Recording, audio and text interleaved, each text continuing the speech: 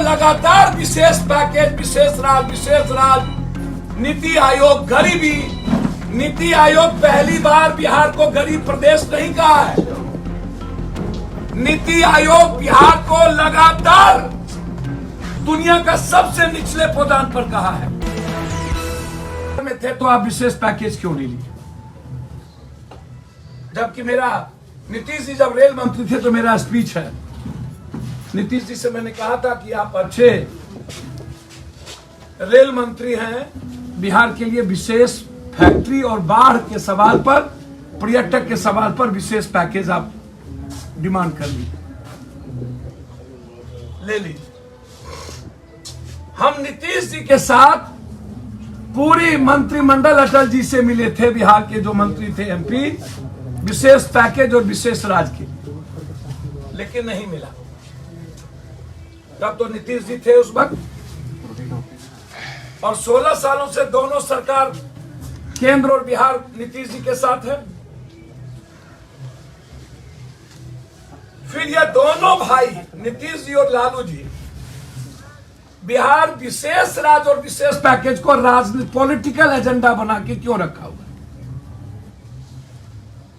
Vote की राजनीति क्यों करते हैं?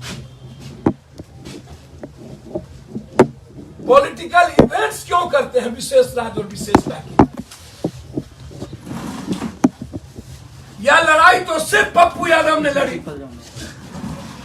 हम मेरा चैलेंज स्वीकार करें दोनों आदमी, कभी लोकसभा के भीतर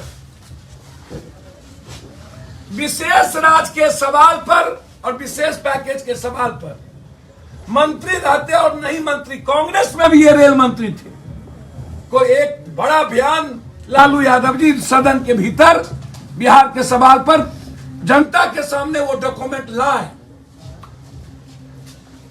फिर जब आज कुछ नहीं है तो ये बिहार की जनता के आंख में धूल क्यों झोंक रहे?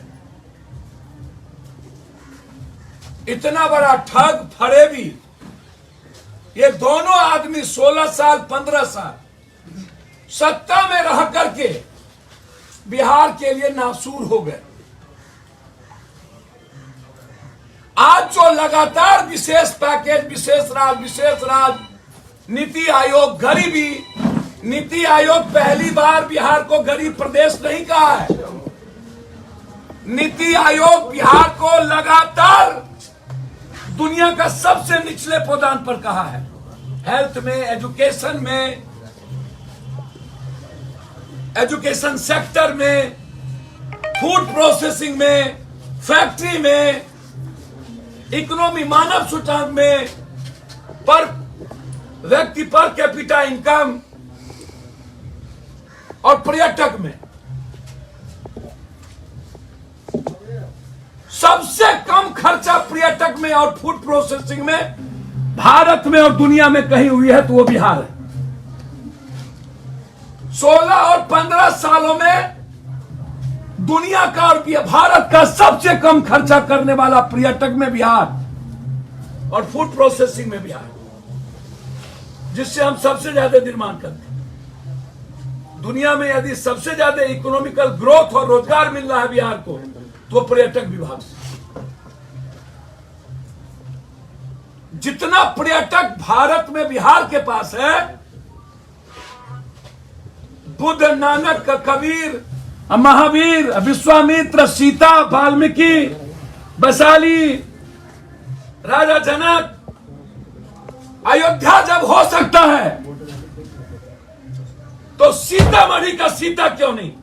बगैर सीता के राम का क्या औचित्य, और बगैर राम के सीता के कहानी का क्या औचित्य? सीता को दुनिया में रेस्पेक्ट क्यों नहीं? ये लड़ाई, ये अभियान छेड़ेंगे हम। आज भट्ट, वीर कुंवर सिंह, शेरशाह सूरी, मखदूम साहब, रेणु, विद्यापति कवि, दिनकर, मंडन मिश्र, चाणक्य, लोरी, सलहेश, सारी धरती, इससे ज्यादा पर्यटन कहीं नहीं। केसरिया, गांधी, जुब्बा सैनी,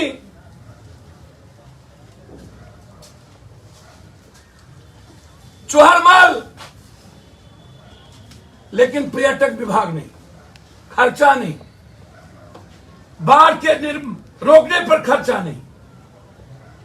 16 साल 15 सालों में इन्होंने बाढ़ से और ज्यादा क्षेत्रफल को इसने बर्बाद कर दिया, दोनों मिलके। फिर ये डेली विशेष राज्य विशेष पैकेज से बिहार की जनता को धूल क्यों झोंक रहे हैं? यदि हिम्मत है तो डॉक्यूमेंट निकाले। और विशेष राज्य का विरोध सबसे पहला हमने बिहार बंद किया था, पूरा जब झारखंड और बिहार था, हम पूरा रेल ठप कर दिए थे।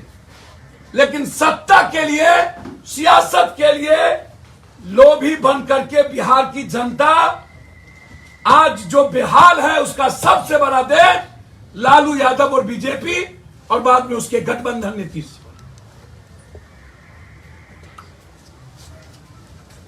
इसलिए मैं पूरा किताब बनाने जा रहा हूं कि कब कब हमने विरोध किया और कब कब विशेष राज्य और विशेष पैकेज के लिए बना।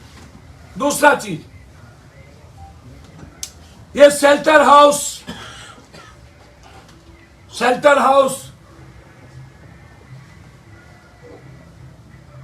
सीबीआई कहां खो गई? सीबीआई बड़ी मछली तक क्यों नहीं गई?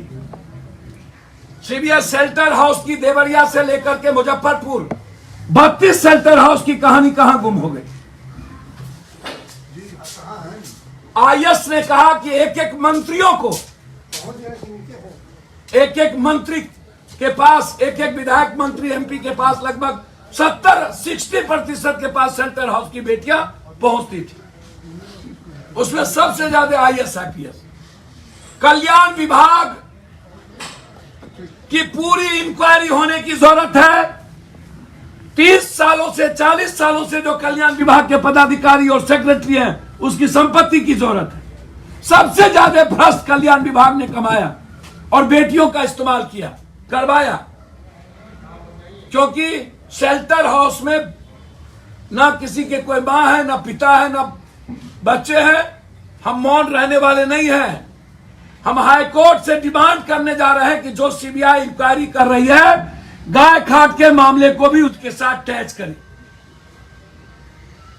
और हाई कोर्ट के जज के निगरानी में जैसे चारा घोटाला का निगरानी हुआ था, वैसे ही हाई कोर्ट की निगरानी में एक समय 6 महीना के अंदर शेल्टर हाउस में एक एक लोगों को उजागर करके चार्जशीट देकर के उसमें सजा करवाए। कौन कौन रसूखदार के परिवार, पूंजीपति का बेटा, आईएएस का, आईपीएस का बेटा, एमएलए एमपी का बेटा शेल्टर हाउस में 12 बजे रात के बाद जाता है, या बच्चियां कहां कहां जाती है? शेल्टर हाउस की जांच तब तक निष्पक्ष नहीं होगी जब तक हाईकोर्ट या सुप्रीम कोर्ट के मुख्य न्यायाधीश, वर्तमान किसी न्यायाधीश के अंडर में शेल्टर हाउस की जांच नहीं होगी। क्योंकि कल्याण विभाग फिर उस बच्ची को वहां ले गया, टॉर्चर करके मार देगा, चीजें बदलवा देगी। कल्याण विभाग पूरा तरीके से उसमें इन्वॉल्व है, क्योंकि पैसा कमाने का सबसे बड़ा जरिया। मालती गुप्ता के खिलाफ पहले भी पीएम को 20 चिट्ठी लिखी जा चुकी है, जब वो नवादा में थे, वंदना गुप्ता के खिलाफ।